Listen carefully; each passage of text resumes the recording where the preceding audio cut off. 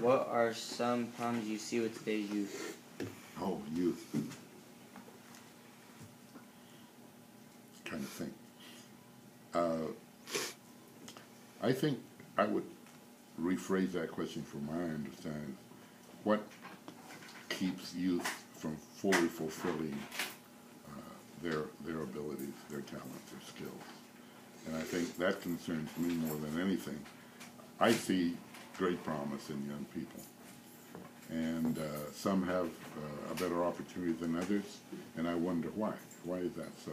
What's keeping young people from really achieving?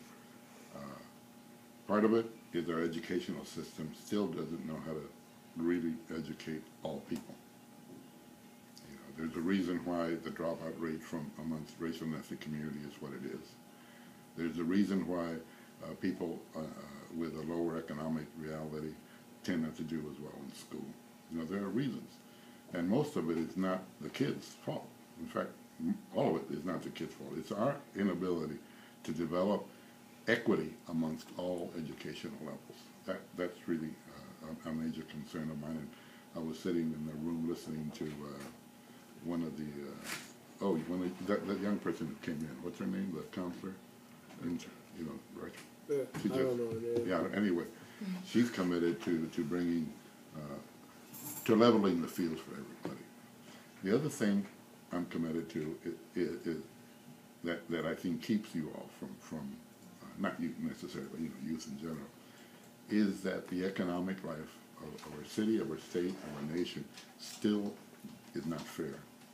So that many of our families have to suffer economic injustice. And not that having a good job necessarily makes for opportunity and all that, but at least it levels the field. So that's what I'm committed to. I'd like to see more opportunity for young people to get engaged in community. And that's why I just love what you're doing here with the Freedom Riders. What do you call it? Freedom fighters. Freedom fighters. Can you change that word, fighters? It's so aggressive, freedom advocates, freedom lovers, freedom whatever, Anyway, I'm just joking. We really need your help. And I'll tell you why, because when I've been in city council, and they see an old man like me coming up and say, this is what you need to do, and blah, blah, blah. Yeah, sure. But when they see a young person come up, oh, they're all attentive. They get all, you've got a power greater than you have, because the perception of youth speaking is powerful. They want to be seen as people who are responsive to young people. See, that's what they want the community to think. So take advantage of it. You know, I told you, my challenge to you in terms of your action for next spring is to, out of all this information, determine, wow, there's some things still not kosher here in Portland. You know, we need to address that. Develop a strategy. Go before city council and say, this is what the what do you call it? What are you? Hero fighters or the freedom fighters have come up with, and we really would like you to take this seriously. So that's one thing. Now, in terms of young people, I don't know if it affects you, but I have a son who's 21 and a daughter who's 18, and their friends, some are here and some are there, but I see a sense of entitlement amongst them. You know what that means? It means that they deserve to have whatever they want just because they exist.